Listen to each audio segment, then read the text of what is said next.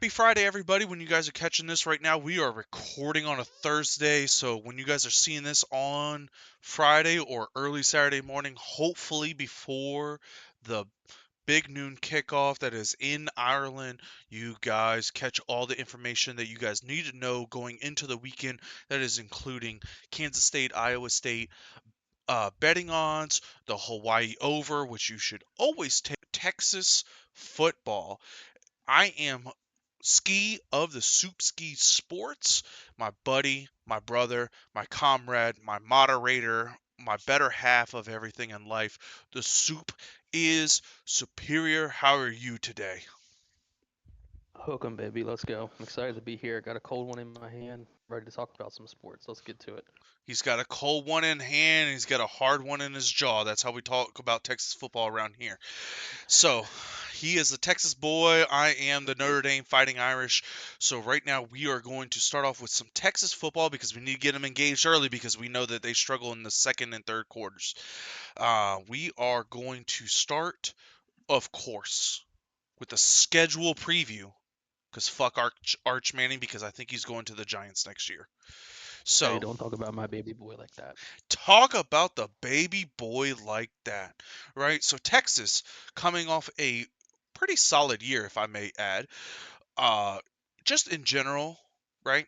You had a couple hiccups during the middle of the year. Quinn Ewers controversy with Arch Manning in itself. Um, then you struggled a couple times with Georgia, right?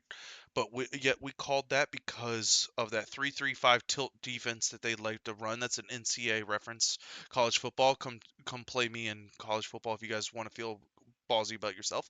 But anywho, Quinn Ewers decides that he wants no more money from college football. $20 million over the course of 2 years of eligibility left. I have quoted sources for that.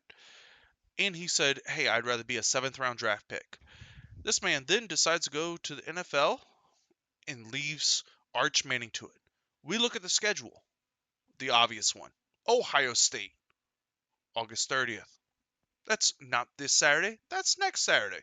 Then we have San Jose, we have UTEP, we have Houston, a gauntlet of 3 game schedules, Hooyah SEC.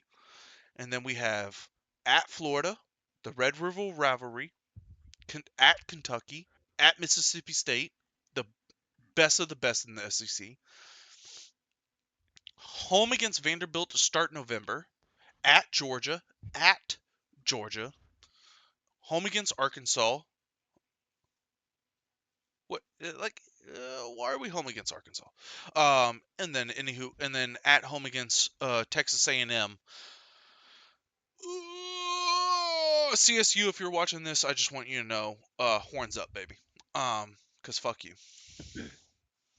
That's definitely that's a tough schedule. I think this week 1 battle against Ohio State is going to say a lot about how the program is set up. Hmm. I think obviously going against a redshirt freshman with Ohio State, I want to give the edge to Arch Manning. I think the Texas defense is I want to say stronger, but also just a more experienced offense as well. So I think it'll be a great game to watch, but I think that game will decide a whole lot about our future. Obviously, Sam Jose State, UTEP, Sam Houston, Texas is not going to really, I wouldn't say take those games seriously. It's just not going to be much competition. Once you get into that game against Florida, I think it's going to be a dogfight, like you said, for the middle half of the season.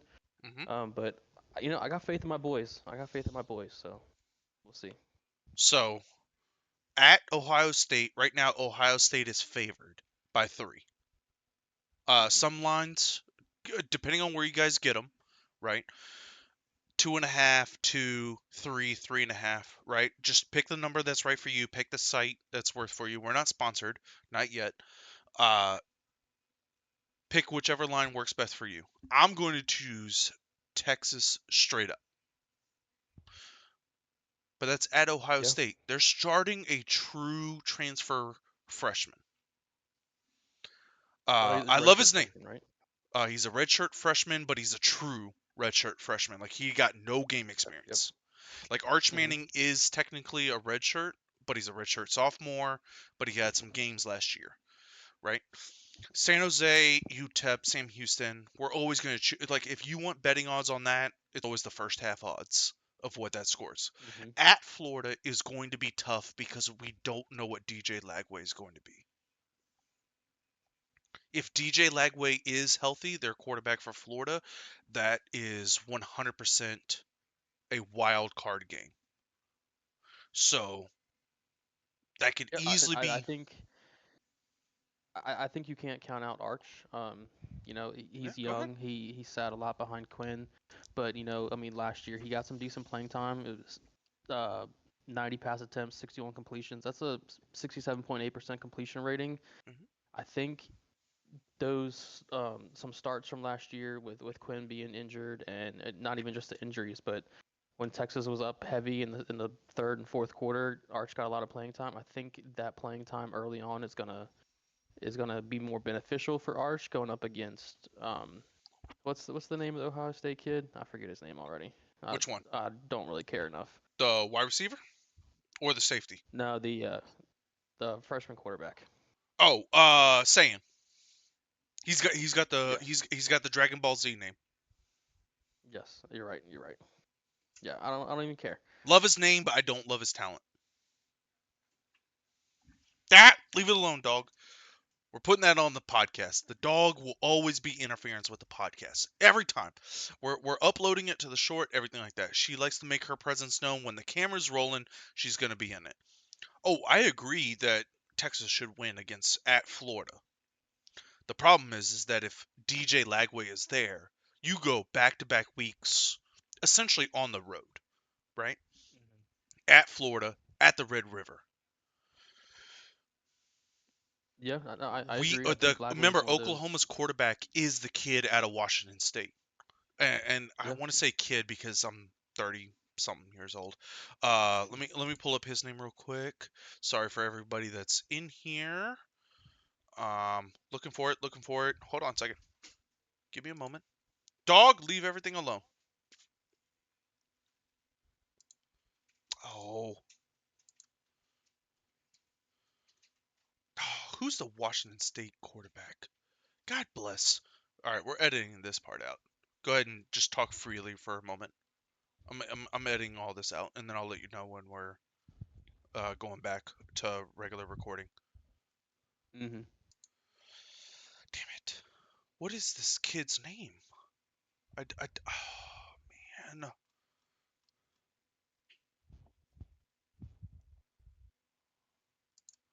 teams.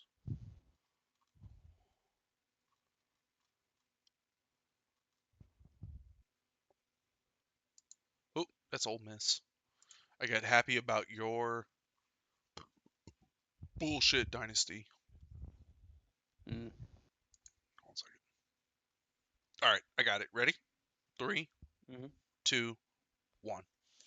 So the kid that Arkansas, or I'm sorry, Oklahoma. I was stuck on the Arkansas because I'm stuck on Notre Dame's schedule because I don't give a shit about anybody else. Is John Mater.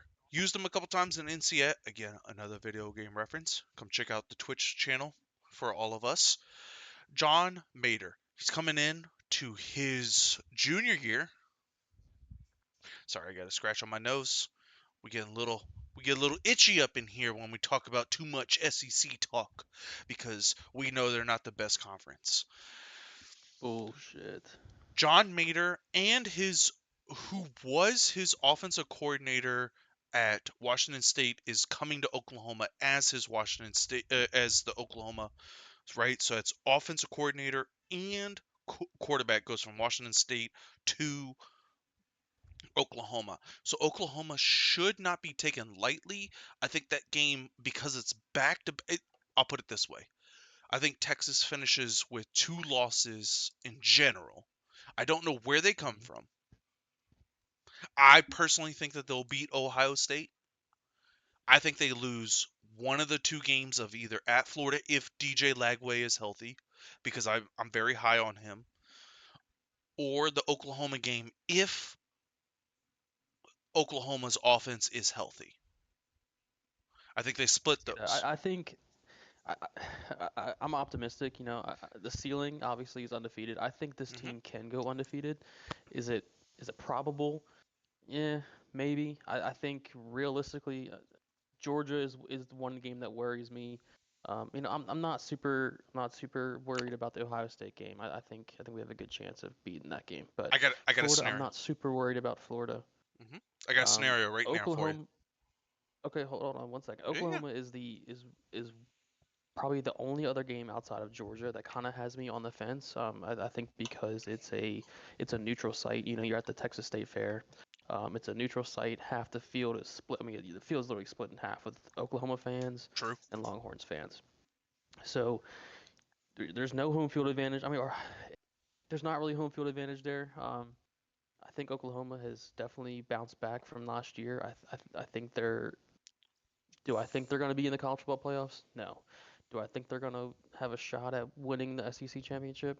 No. I think they'll probably be in the middle of the pack type of team. Hmm. But you know, it only takes a couple mistakes to lose a game. It's Oklahoma's a good team. That's the one game I can see us outside of Georgia having some troubles with. Here's a scenario I think is very feasible. So stay with me Okay. now, everybody, in the chat as well. Win at Ohio State because that's a big game. Sark comes Mhm. out, he doesn't play that conservative lifestyle. Then you have the three bullshit games that I hate. And personally, like even though I'm an Arch fan, I actually do support Texas. Disclaimer, because I think college football is better with with the eight personal teams in my record book that make college football run. Texas is one of them, but I hate the fact that they have San Jose, UTEP, and Sam Houston. I hate that. I think it would be better if they beat Ohio State, which I think they will, that they lose either at Florida or to Oklahoma because it would refocus them for the Georgia game Mhm. Yeah. I can see that. I mean, if you go into that Georgia game undefeated, like not facing much competition, I at think Georgia. yeah, it's easy to take that game lightly. You know, Yep. if you're steamrolling teams all year long, Yep. and then it's easy to get distracted and lose focus. And I think Hmm. that's the one team on this list that we can't like, afford to lose focus against. Yeah. I mean, you can't also you say lose focus. I'm saying don't throw no trash on the field. Well, that too. Yeah, yeah, that too. I'm not too proud of those fans who did that, but you know, Oh no, no, no. That whatever. was a blemish. Like that's a bad sign on Texas, right? Like I think we both Yeah. agree that Texas A&M is not there yet. Texas A&M is the all hype team. hmm On paper, you're like Texas A&M is the team that on paper you should think always win. is the next Georgia Alabama dynasty. They're Oh, spending all 100%. this money on their players. They have a massive stadium. Like that's the school that like on paper makes sense. Every year. But they Every just year, you're like, how can Texas A&M lose? And then just somehow they just, screw A&M. hmm and you're like, why is this? Like Oklahoma could be 9-3, and you're hmm like, I think that they should be in the playoff. Like I feel like Oklahoma's schedule in general. Sorry to get sidetracked for everybody for topics wise.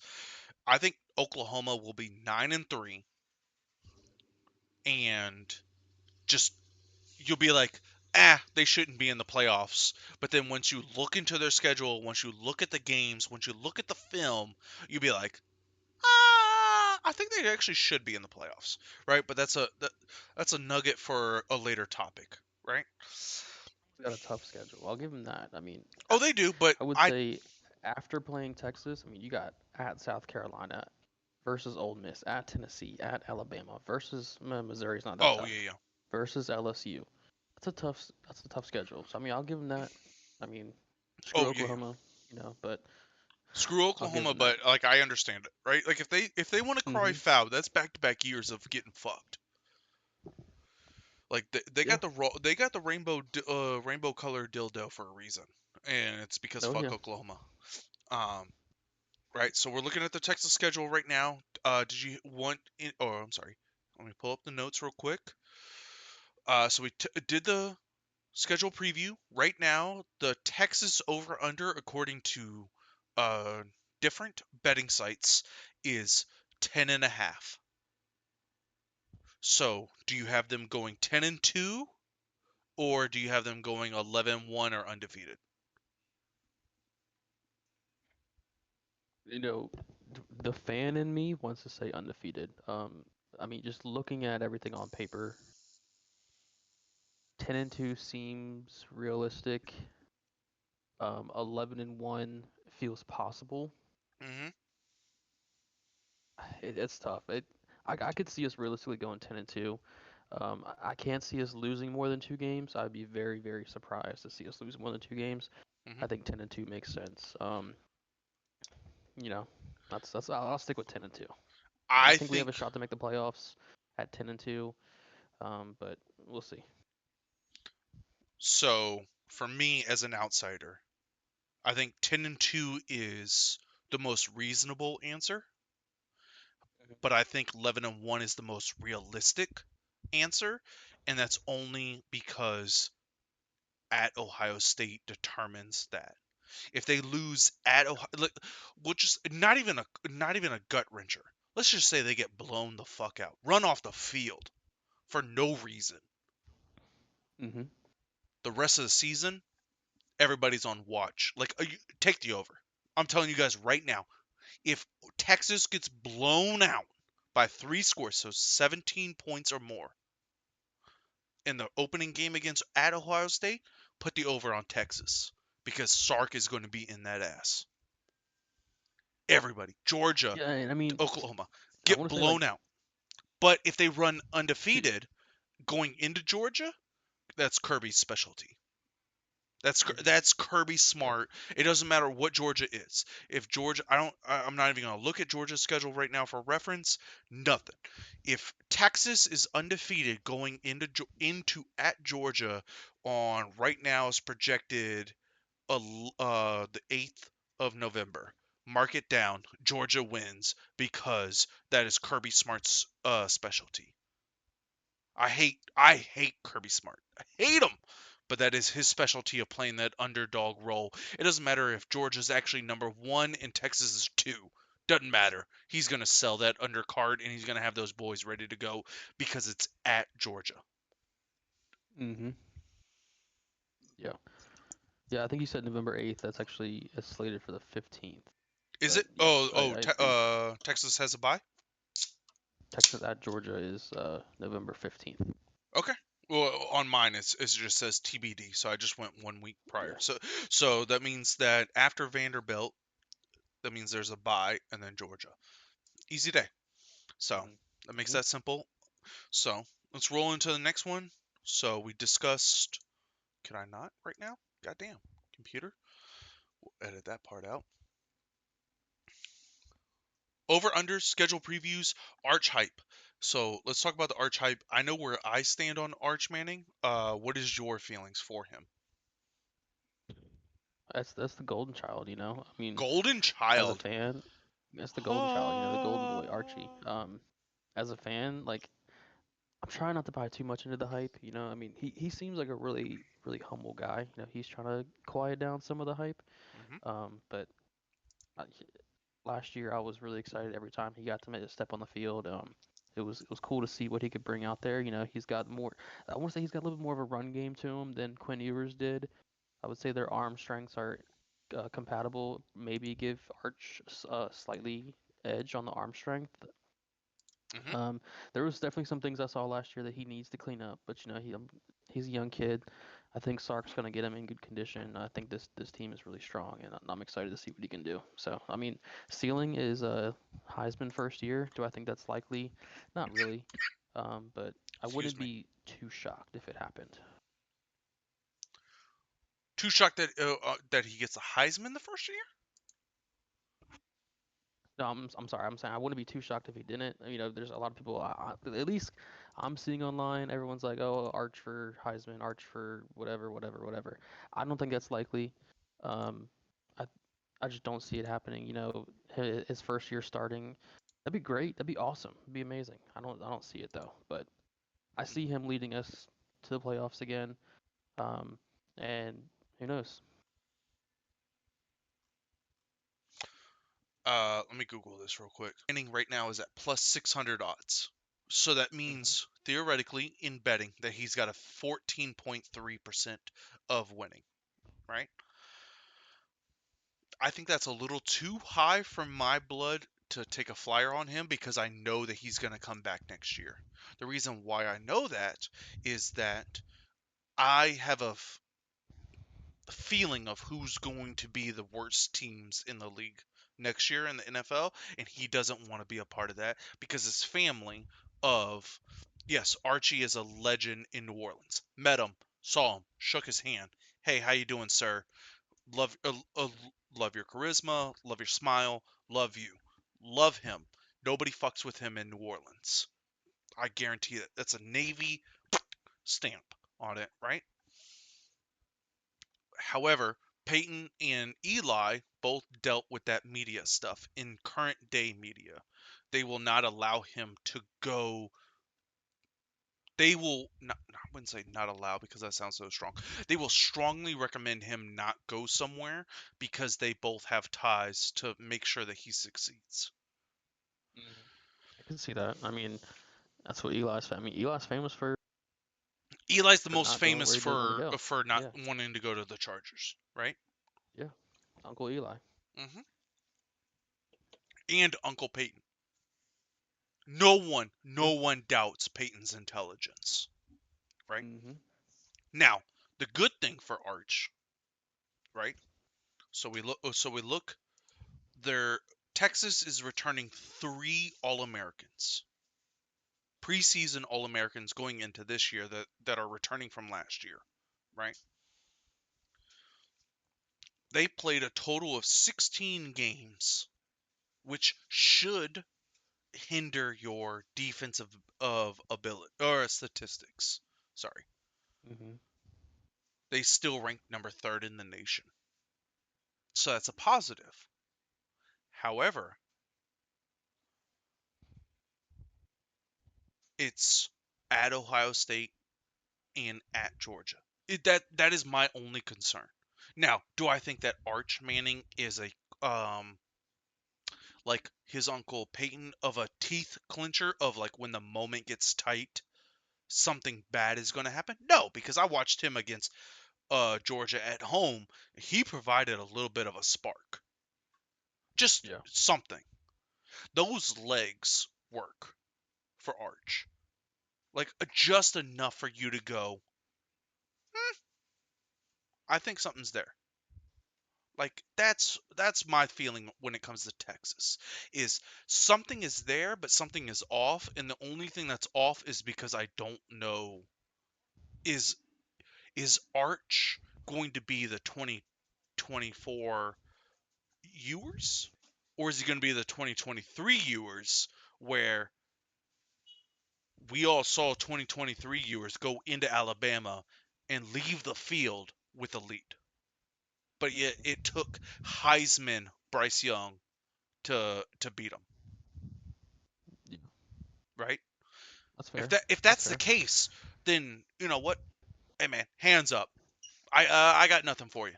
You guys got me. I receive all the ridicule as possible, right? Insert transition Well, we're waiting. right here. We're gonna head over to Notre Dame because this is what I give a shit about, and this is where Soup of the Soup Ski checks out because he hates when I talk about this. Start the season. Then we have a bye. Home to Texas A&M, home to Purdue, at Arkansas, home to Boise State, home to NC State, home to USC, bye week, at Boston College, home to Navy, at Pitt, home to Syracuse, at Stanford, uh, to end the season. What is it that, out of all the names that I listed, what are your potential losses? Week one. Oh, you think Week at one at Miami is a Miami. loss? Okay. I said potential. Yeah, You yeah, but you I said mean, like if potential. you were to bank on the season, like if you were to put a dollar down what Navy's or what Notre Dame's record is.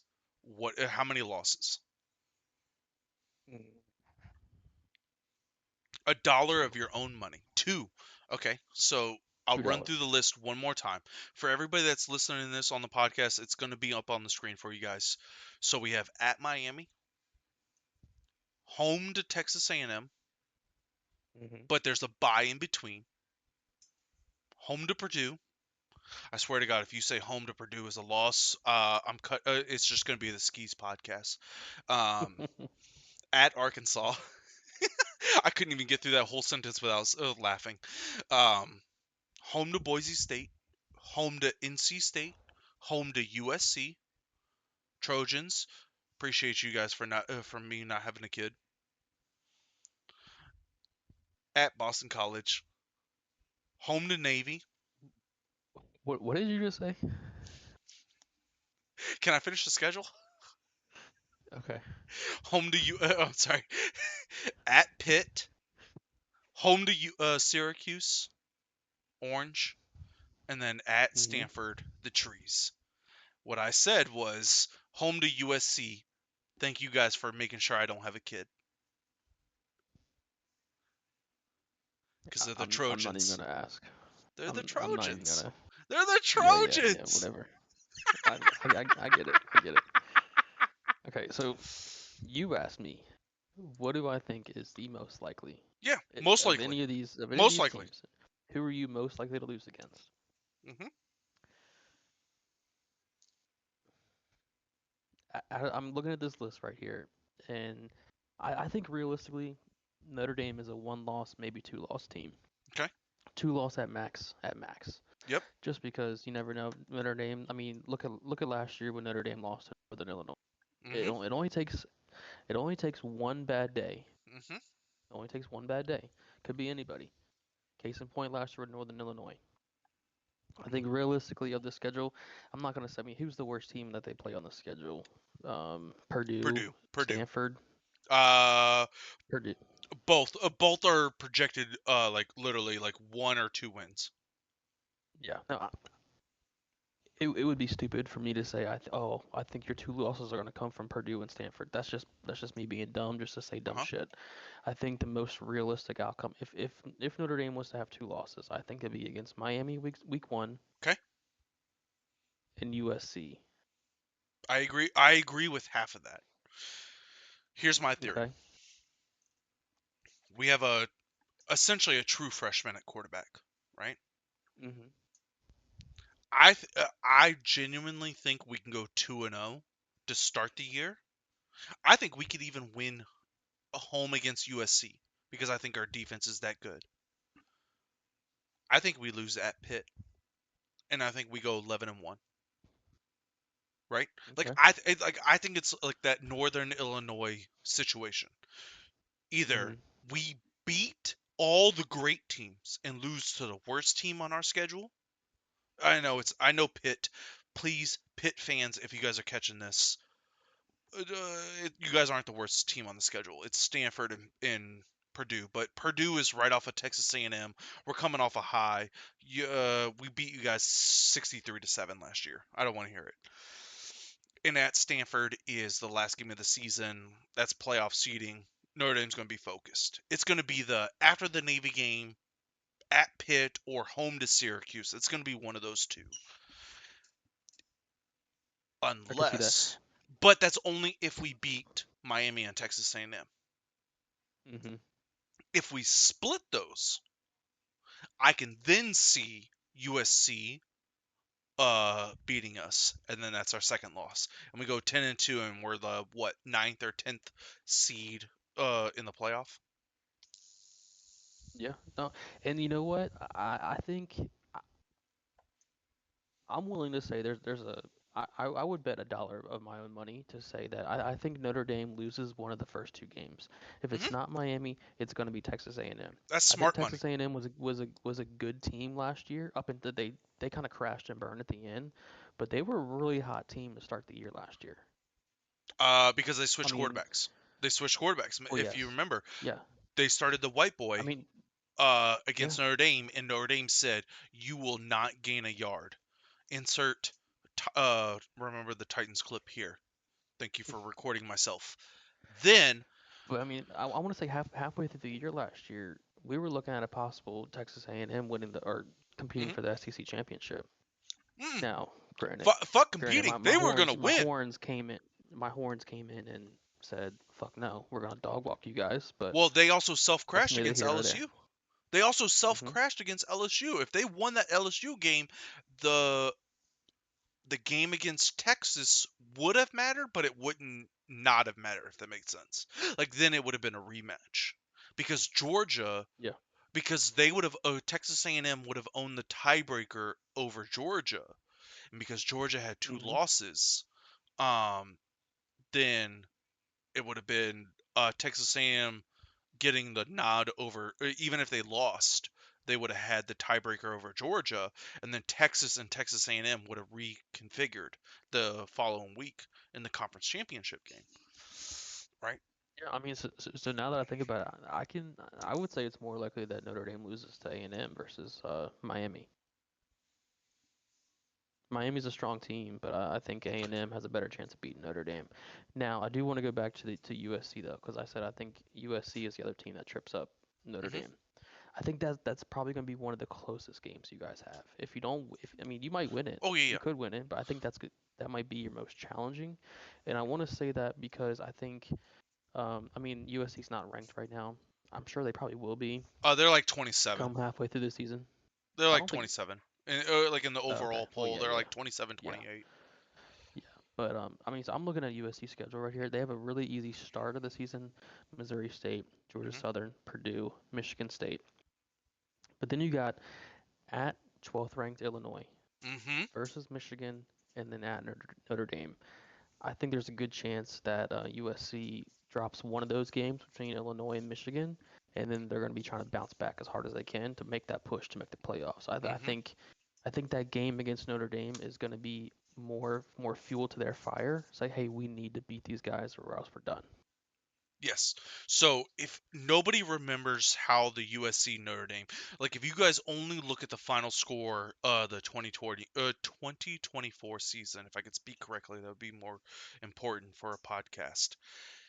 If anybody remembers how that game actually played, it was a tight ball game with like 10 Hmm. minutes to go. It was a Yeah, yeah, tied right ball until the game. end. Then Notre Dame scored because Riley Leonard and Jeremiah Love. Jeremiah Love, I'm getting to you here in a second. You're my Heisman. You're my boy. I really hope that uh you fall to the Redskins. Wakanda forever. Um, it was a tie ball game. Then we scored. Then because they were Hmm. picking on the corner, Christian Gray, all day. They were picking on him. They made him feel like a little brother. This man said, "Fuck you guys, pick six, go into the house." And then the quarterback felt pressured and said, "I'm gonna throw it." The safety then said, "I got you." Pick six again, and then it became a blowout. So yes, the Yeah. score looks like a blowout. That USC game, they marched it down the field. I feel like it was either 28-28 or 35-35 before the blowout happened. It was one of those. I just USC's only scares me if we're undefeated, if that makes sense. Yeah. So it was 35-21 going into the fourth quarter. Oh, well then the But blowout yeah, happened in the third quarter because we yes, were tied correct. we were tied when Christian Gray got the pick six. Mm, no, that's not correct. Because I'm looking at the stats from last year, Hmm. or I'm looking at the game cast for this game, and you guys were tied around the middle of the third quarter. Riley Leonard scored a touchdown with 6 minutes left in the third quarter to go up 28-21. Notre Dame scored again 35-21. Beginning of the fourth quarter, so right around the 8 minute mark, USC scores. Okay, now it's 35-28. Christian Gray 99-yard interception return, 42-28. Yeah. Barely 2 minutes later, Xavier Watts, 100-yard interception return, 49-28. And then just in garbage time, USC scored one more touchdown, so final score was 49-35. But I agree with what you're saying. Up until halfway through the third quarter, is a really competitive, really close game. Hmm. I think USC was kind of their own worst enemy in that game. I mean, that's a USC's a good team. I don't think their record from last year reflects that. I mean, they were 6-6. Hmm. Um, I just I can see USC being one of the teams that you guys struggle against this year. Oh, 100%. I only see that if we win both Miami and Hmm. Texas A&M, if that makes sense, That's because fair. it's a shift That's fair. in mentality, right? It's the same way with the Georgia game. If you guys lose at Ohio State, then I have Hmm. you guys winning at Georgia because you can't go 0-2 on the road, Yeah. right? Like, to circle back to the Texas stuff, there's no way I can fathom Notre Dame having 2 losses, the same way I can fathom Texas being 0-2 on the road. Yes, at Florida, all that kind of stuff. But like, when it matters the most, Texas will not be 0-2 on the road. Notre Dame will not be 0-2 when it matters. They may be 500, and we'll have to address that come playoff selection. But we'll do it, right? Penn State, when he makes those pedophile lovers, yes, I will keep that in the podcast, and I will take all the blame for it. And he sits there and he goes through as many men child as Sandusky did. I hate Penn State with a passion. I will take the blame. You can put it on my name. Put it at ski of the podcast. If you guys are viewing this as Penn State guys, I'll clip it out. But this man went through as many bodies as Sandusky did and said, I'm getting this touchdown, right? No, I mean, I agree. I think he's a great running back. I think he's 100% chance, has like a great potential of being a late first round pick next year or very, very early second round pick next year at the NFL draft, because I know NFL Oh, kind of undervalues running backs, but I don't see him making the stage for the Heisman Trophy. I don't see him winning. I don't even see him getting invited to New York. ooh, okay. So we'll transition A- here then. And No, and no, I no. and I I and I agree and with I I mean and agree I with that mean sentiment. and I mean no disrespect. I mean no disrespect to Jeremiah Love. I think he's a great running back. Probably will be the RB number one in college football this year. I just don't think we see another running back on that stage. I think Genty was kind of That's fair an exception. because he was flirting with Barry Sanders' record. Exactly. Hmm. I think it's going to be out of the four guys who are on that stage, Oh, it's going to be. well then let me clarify my statement right there. Then Hmm. Love only gets invited if Notre Dame is undefeated. Okay, I can If see that. no, if I Notre can see Dame is that. undefeated going into the playoff, Love gets invited to New York Hmm. because you have to represent one of the 4 or 5 best teams in the nation, right? Yeah. I think he's No, going to and put up. Go ahead. I definitely I want to revisit this maybe 4 or 5 weeks into the season, Hmm. but right now the four guys that I see getting invited to New York to have that conversation. I'm not saying who I think is going to win, but I think you're going to see Arch. I think you're going to see Klubnik from Clemson. Mm, I think you might see Jeremiah Smith from Ohio State, okay. and maybe Ryan Williams. If not Ryan Williams, then Drew Aller, the Penn State quarterback. What? What the fuck? Alar Aller, however the hell you say his name. Yeah, yeah. Wait. You talking about? Okay, so let's go through this. Who was your first guy? Arch Manning. Arch Manning. Okay, so that means Texas at least went 11-1. We agree with that, right? Hmm. Okay, Yeah. obvious. Second one was Cape Klubnik, so that means you have Clemson beating LSU week 1. I think Clemson wins the ACC this year. Fair enough. Who was the third guy? Oh no, you Oh, said Jeremiah Jeremiah Smith. Smith. Like that's a man child. Like I can't disagree with that. That's the second best player in college football. I just don't know if he's Mhm. gonna put up the stats enough to warrant that. Like I he think is that I think genuinely, it depends on the quarterback. yes, that may be his downfall. That's the problem. Yeah. Is his only issue is does the quarterback throw him the ball enough? Like Hmm. I think he's genuinely the second best player in college football today. Uh, then you said the fourth guy is Ryan Williams. I I think he's also in the same.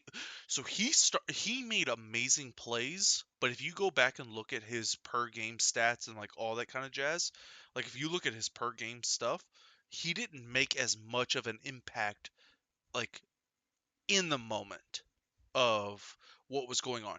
He made the spectacular plays. He didn't just he tailed off at the end because you could see the freshman season catching up to him, if that made sense. Like you could clearly tell there was a high school, uh, 12 games, or I'm sorry, 10 games, and then there was a college football 12 plus games that was required, and he tailed off at the end of the physical demand. So I think he's another year away from making the Devonte Smith style impact. Um, and then the other guy, Drew Aller. Uh, one, I don't believe in Penn State because fuck Penn State. Secondly, when I saw this guy complete more passes to Notre Dame than he did his own receivers, I was always out on him. Like that's my dividing line. Like if you can complete more passes to the opposite team than you can to your receivers, I don't care how bad your receivers are. You could always throw a screen pass. Like you can do something to get you in some kind of rhythm of throwing outside of your tight end and running backs. That's all he did that game in the playoffs. Until that changes, against a good team, so they got Oregon, they got Ohio State on the schedule. If that changes against those two teams, then I will eat my words. Until then, I stand on that business. Okay. So if not, what do you think of Garrett Nussmeier, quarterback for LSU?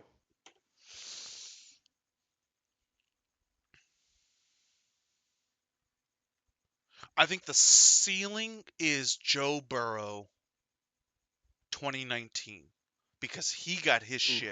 he got his shit rocked last year. Yes, So the you think the ceiling for him is like the greatest season in college football history for a quarterback? oh, those receivers are oh, those receivers are excellent. Yes. It's not an emphasis on like him as in Joe Burrow. It's an emphasis on the receivers that are there. I think that You're LSU saying his receivers there are as good or better than Jamar Chase and Justin Jefferson in college. in college, yes, I think they're just as good. I will not say better. I think they are just as good. And if you think about it, their third receiver is Terrence Marshall, right? So I think their third receiver is just as good as Terrence Marshall, but I think their tight end currently is just as good. I think that Nessmeyer is going to be required to do just a little bit more than Joe Burrow, so therefore I think he could be just as like if he hits every mark, I'm talking like A plus. Everything he does is correct. He can hit that mark. That is my hot take. Is he can match Joe Burrow as long as he plays at an A plus level every snap. He does everything correct every snap. He could be just as good. The Yeah, I problem mean is, LSU's got a tough schedule. He's gonna have to. and they also have, so I know, so going into last year, they had 5 All-Americans. This time they only have 2. Right. I think that the realistic goal is he gets out alive at 10-2. 10-2. 10-2 is the realistic goal because I could easily see 8-4, but I also can see 12-0. So if I split the difference, that's the realistic. I could easily I don't see see 12 12 and and 0. 0. I don't see 12 and 0. I see realistically 9-3, Mhm. potentially 8-4. I mean, it's a tough schedule. You Yep. know, So we're Clemson, arguing about a game or two. Florida, yeah, and I do not. I can say this confidently now. I don't think they'll make the college football playoffs. Well, So that kind of at whose that record? kind of says At yours or 8-4 mine? or 9-3. Oh yeah. Either one. So at 9-3. Okay. So at 3 or 4 losses. Okay. That's why I was asking was at whose record? What are Hmm. we talking about? Right. All right. So I got their schedule pulled up right now. So let's go. Yeah, Let's at go right in Clemson, red. At Clemson. Louisiana Oh. Tech, Oh no. Let's go. Let's go. At Clemson. Win or loss. Remember, loss, it's at Clemson. It's not a neutral site. It's actually at Clemson. loss. hmm LT. They'll beat Louisiana Tech. I just hope they cover the spread that weekend. Just whatever gaming site you guys do. Like when I point at you guys, this is a future for the episode. When I point at you guys, just know cover the spread. Home to Florida. Tough one, could go either way. Okay, so we'll put that on the off chance. All right, so we'll put that as a Yeah, standby. Southeastern Louisiana obviously a win. at Ole Miss. I think they win that game. Okay, so we're at two guarantees. Home to South Carolina. I think they lose to South Carolina. Ooh, at home. Okay. At Vanderbilt. I think they win that game. hmm Home to A&M. I think they lose to A&M. I think Ooh, they that's lose at home two. twice this year. Two at home at Louisiana. Clearly, you've never been Hmm. there. All right. So okay. So then we're definitely going to disagree with this next game then. At Bama.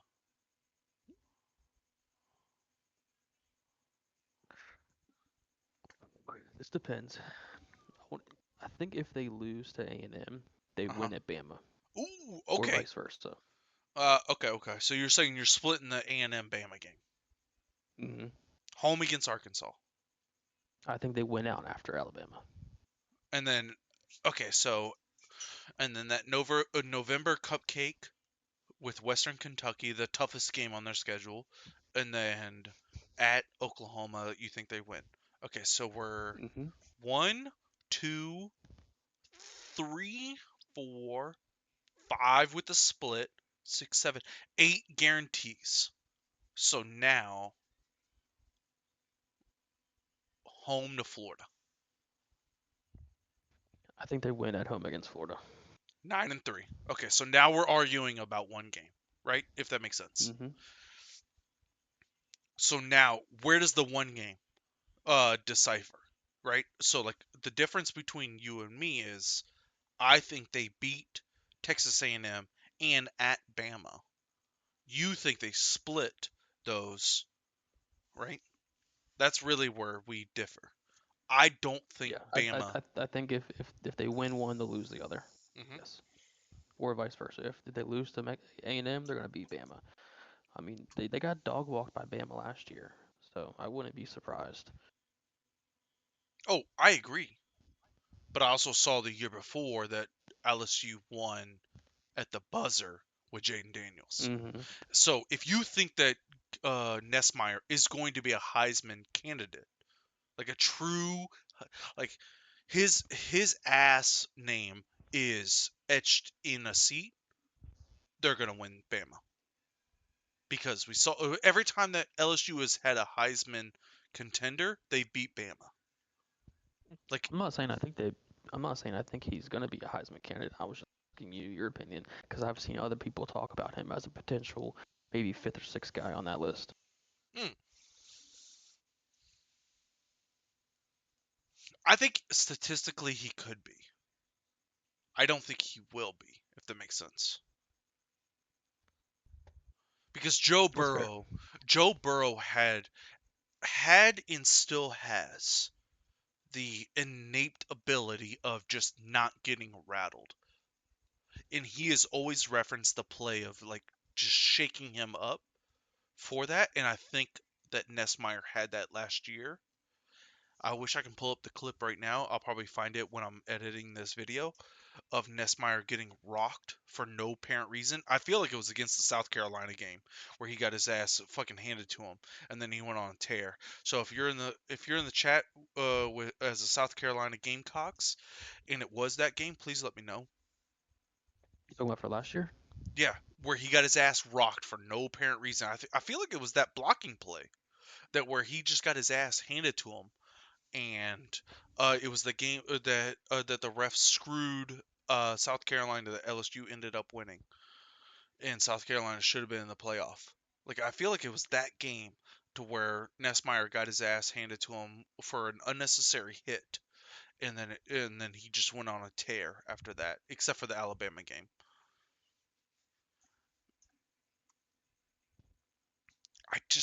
I don't trust him against Clemson to start the year, but I trust him after that, if that makes sense.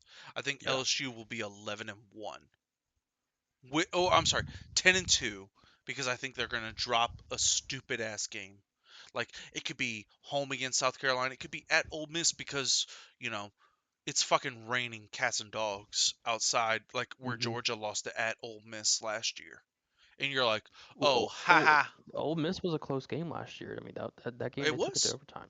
it was, and now this year you're saying now it went from home to at, and the weather could play a factor because they don't want to put it at a midnight at a 9 p.m. kickoff. Ole Miss also has a new quarterback. That's one thing to keep into consideration. I've seen you play with him on college football. Yeah, Maddox is pretty good Yeah, on college football. At least let's say that. that's right. All right, so that's going to end our college football takes for today. I do appreciate everybody that stopped by.